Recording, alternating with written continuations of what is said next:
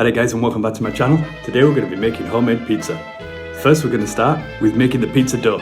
Pour 680 grams of strong bread flour into a bowl and 11 grams of fresh yeast, or double it if you want to use dry active yeast. Season well with 2 good pinches of salt and about 10 grams of sugar. Mix that all together well, and then we're going to pour 400 milliliters of warm water, but make sure the water's not too hot. Then add a touch of olive oil, mix it until it starts to incorporate, then pour it out onto a work surface. And we're going to knead this for a good 15 minutes. You might feel it's quite wet, but it's okay because once you start kneading, the whole mixture is going to come together and be nice and smooth.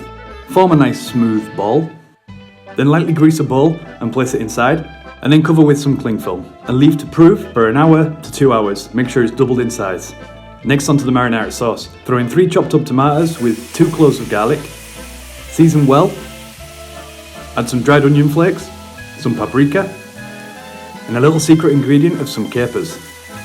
Make sure you're cooking the tomatoes down to almost mush before you add in the tomato sauce. Add a little splash of soy sauce and some basil at the end. Cook it together a little bit to make sure you get rid of the raw flavour of the tomatoes. Then transfer to a tub and blitz on high till it's nice and smooth.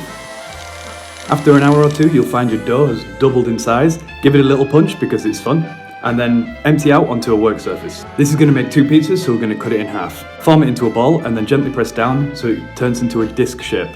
Then we're going to just slowly ease it out into a circular shape, trying to leave an edge so we can get to form a nice crusty crust.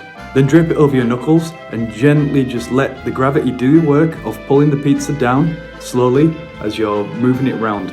You might find a hole appear, but that's fine, just kind of nip it together again. Once we have a basic shape of our pizza, pour a generous amount of semolina flour over a baking tray. I'm not Italian, so I'm not going to be throwing the pizza around, but we're going to lay this into the baking tray and just force it into the edges. Try not to rip it.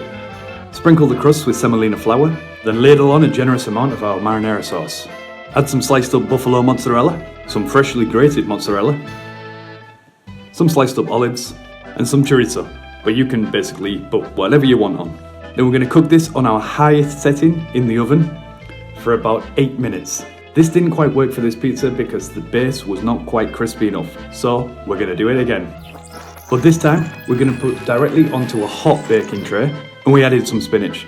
Then I put it in the oven on the highest setting for 4 minutes, and then I turned it on to broil for the last minute and a half just to get that nice brown coated crispiness on top.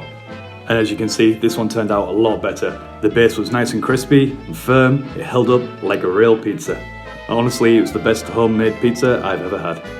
If you like this video, hit the subscribe button, hit the like button, and I'll see you in the next one.